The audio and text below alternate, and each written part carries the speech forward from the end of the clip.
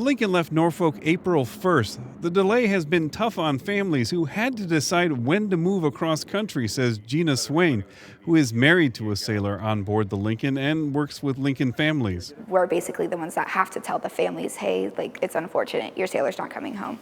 And it is hard to deal with that. The Lincoln was supposed to go around the globe and arrive at its new home port of San Diego by October. In May, then Trump advisor John Bolton announced the Lincoln would be redirected to the Middle East to counter an unspecified threat from Iran. Then the carrier was forced to stay when electrical problems sidelined the USS Truman.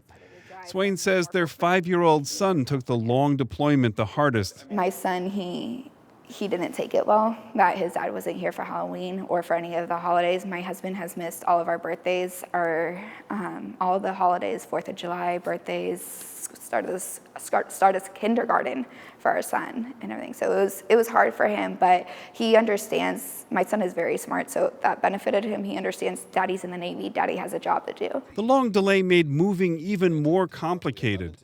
The Navy's stipend for housing compensates for pricey San Diego, but families normally don't receive that money until their carrier actually docks in San Diego. Because it's not easy moving without your sailor.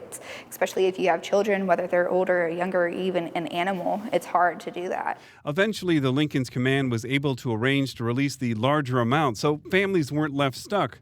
The carrier is still days away from reaching San Diego, though a handful of families have already had an early reunion. Renee Anderson's husband Kyle touched down at North Island late last week. They were married only a month before Kyle deployed.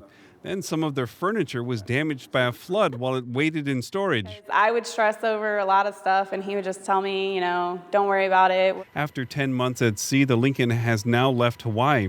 The rest of the more than 2,000 sailors on board the carrier, along with some of the remaining air crews, will arrive at their new home port of San Diego. I think they're going to be overwhelmed with emotions, as I was, when I saw him get off that plane, and I'm like, he's here, he's not in my phone anymore. Tomorrow, the Lincoln will break its own record for the longest deployment by a U.S. carrier since the Vietnam War, after surpassing 290 days at sea.